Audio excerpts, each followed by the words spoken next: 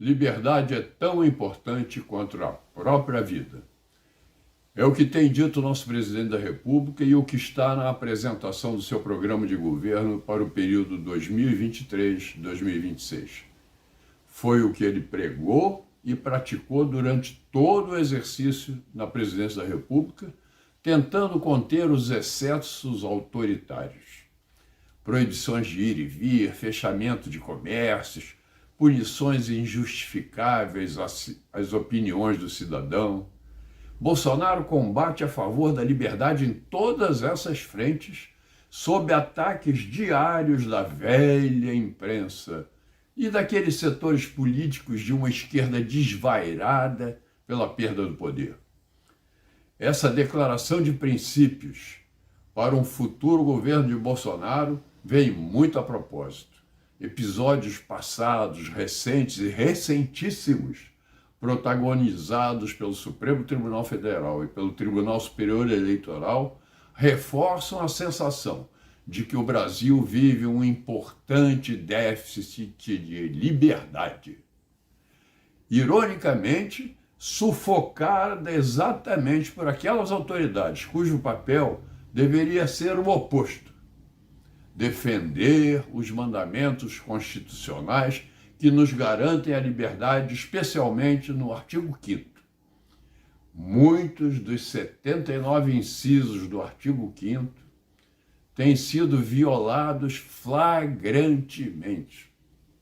Punir empresários que trocavam ideias sobre política em um pequeno grupo como se estivessem à mesa de um bar. Proibir o uso do verde e amarelo, as cores nacionais nas comemorações do bicentenário de nossa independência. Até quando? Cuscoatandem. Certamente, por essas e por outras, é que o governo Bolsonaro se inicia pela defesa das liberdades ao anunciar seu próximo programa de governo. Objeto deste comentário.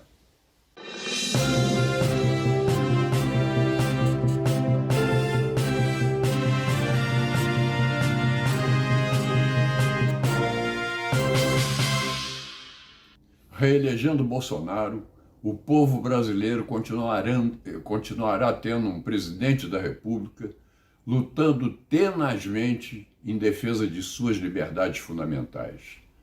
A liberdade econômica, religiosa, liberdade de expressão, liberdade para a defesa de direitos e liberdade para o uso responsável dos recursos naturais. Luta fundamental para que não mergulhemos em um regime comunista que já domina alguns países da América Latina e que chegaram lá pelo voto. O voto de quem marcha inconsciente para a escravidão. Mas temos uma saída. O governo Bolsonaro prega e pratica a liberdade econômica. Dá ao cidadão o livre arbítrio para empreender em todas as áreas onde as leis permitam, sem burocracia, de modo a gerar emprego, novos conhecimentos, competitividade, bem-estar social. A cargo do Estado, somente ficará aquilo que só ele pode realizar em função do alto custo dos investimentos e da complexidade de gestão. Bolsonaro vai intensificar as ações de privatização, desestatização por meio da concessão de serviços públicos, de parcerias público-privadas e da privatização das estatais. O Estado concentrar-se-á nas suas principais responsabilidades: saúde, educação, segurança e bem-estar. Isso já vem dando certo no governo Bolsonaro. Desde 2019 já foram leiloados 140 empreendimentos, totalizando investimentos de 840 bilhões de reais e dando ao governo uma arrecadação de 183 bilhões de reais.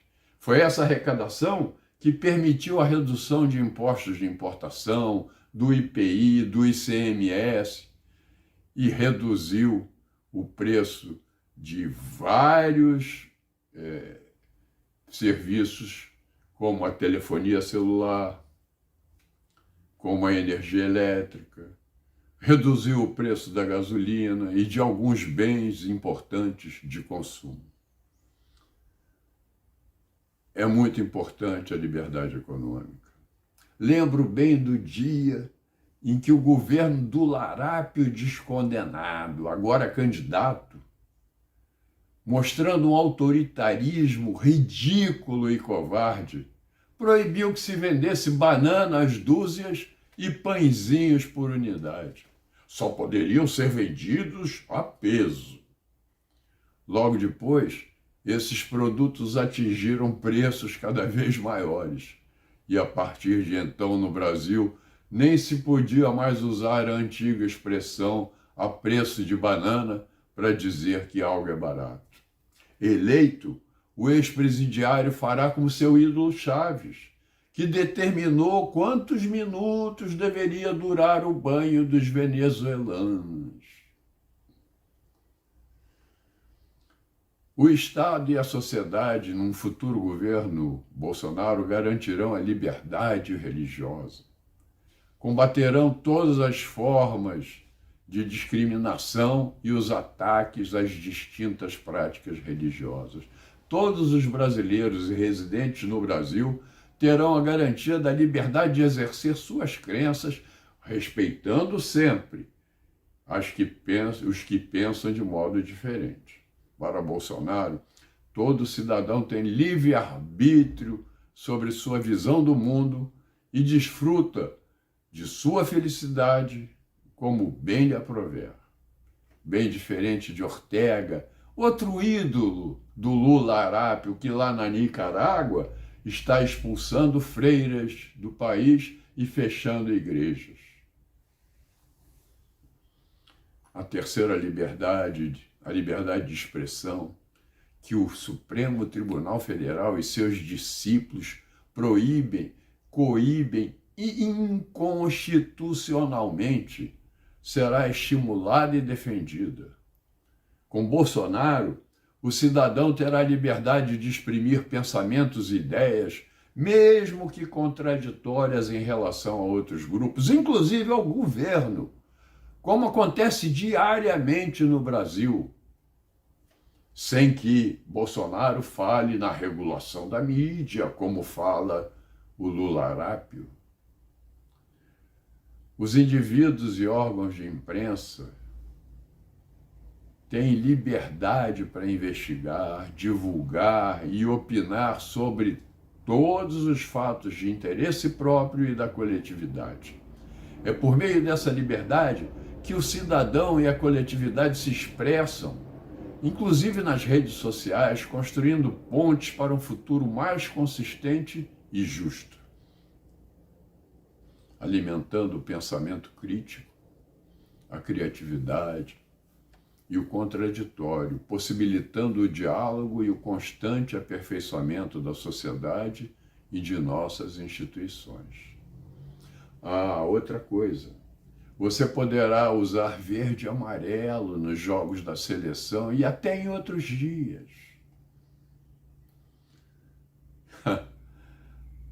A defesa de direitos é outra liberdade que será mantida. A legítima defesa é um direito básico para permitir ao cidadão reagir contra a injusta agressão, protegendo seus direitos fundamentais de vida, integridade física, dignidade sexual e liberdade, autorizando inclusive o uso da força para evitar a injusta agressão, até com arma de fogo.